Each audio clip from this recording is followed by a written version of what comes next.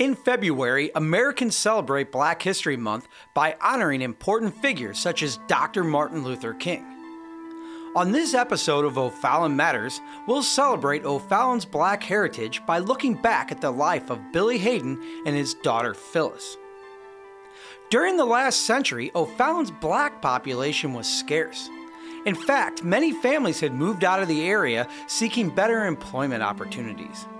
But the Hayden family decided to make O'Fallon home. And never was there a kinder, gentler, and more respected man in O'Fallon than Billie Hayden. My dad was born in St. Paul, Missouri, as was his father and his grandfather. And when he married my mother, they were given a piece of land by her grandparents. And that's how he came to O'Fallon, Missouri. And I guess my dad was in his early 20s and had just gotten out of the military then. During his time in the Air Force, Billie played baseball and boxed. In 1946, he won a Golden Gloves boxing championship. Once Billie came back to O'Fallon, he continued to be active in sports. I imagine it started when he was in the military because at that time, different companies played each other and it was an honor. So when he got out of the military, he continued that. But when he first started, the blacks and the whites didn't play baseball together at that time.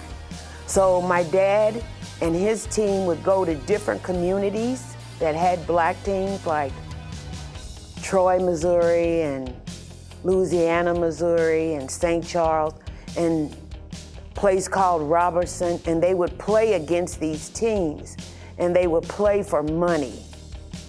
So that's how my dad started with his love for baseball. Billie and his wife Catherine renewed their vows at Assumption Catholic Church in 1953. They had 4 children together: Phyllis, Tommy, Martha, and Charlene.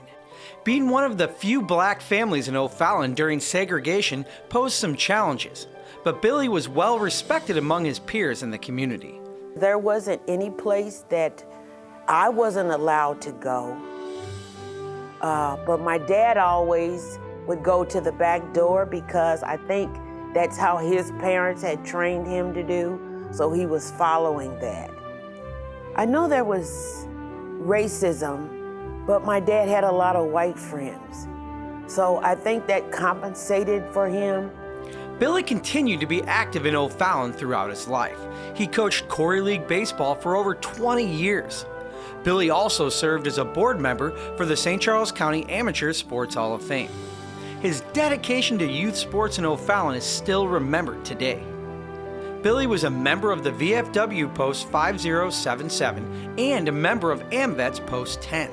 He served as an usher at Assumption Church and the caretaker of Sage Chapel Cemetery until his death in 1995. For Billie, life was good in O'Fallon. But for his daughter Phyllis, it wasn't easy being a black girl in small-town America. My brother and sisters and I went to Assumption from the 1st through the 8th grade, and it was difficult because if something happened at the school that was bad, say someone stole something, we would get blamed for it simply because of our color. My dad would tell us that we would have to take it, and we could not fight back.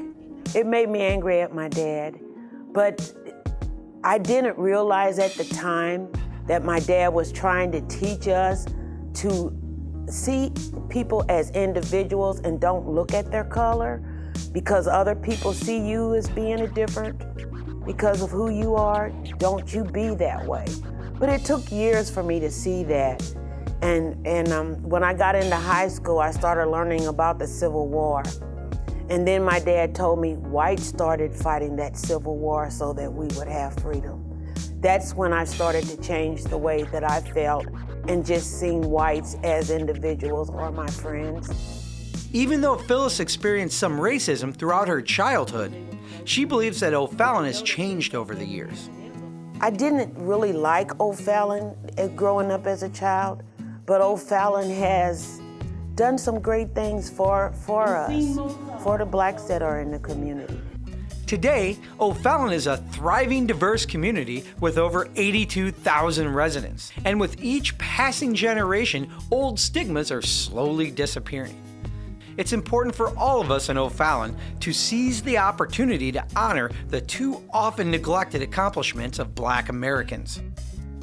I think Black History Month is important because you have to know where you come from, or at least that's what I think. I think it's important to celebrate different cultures and learn more about them so that you don't say things that may come off bad to other people. Or it helps you be more knowledgeable about other cultures so you don't just get preconceived notions about other races. Now, let's celebrate Black History Month together as one O'Fallon family. And may we remember those that helped pave the way for a better tomorrow.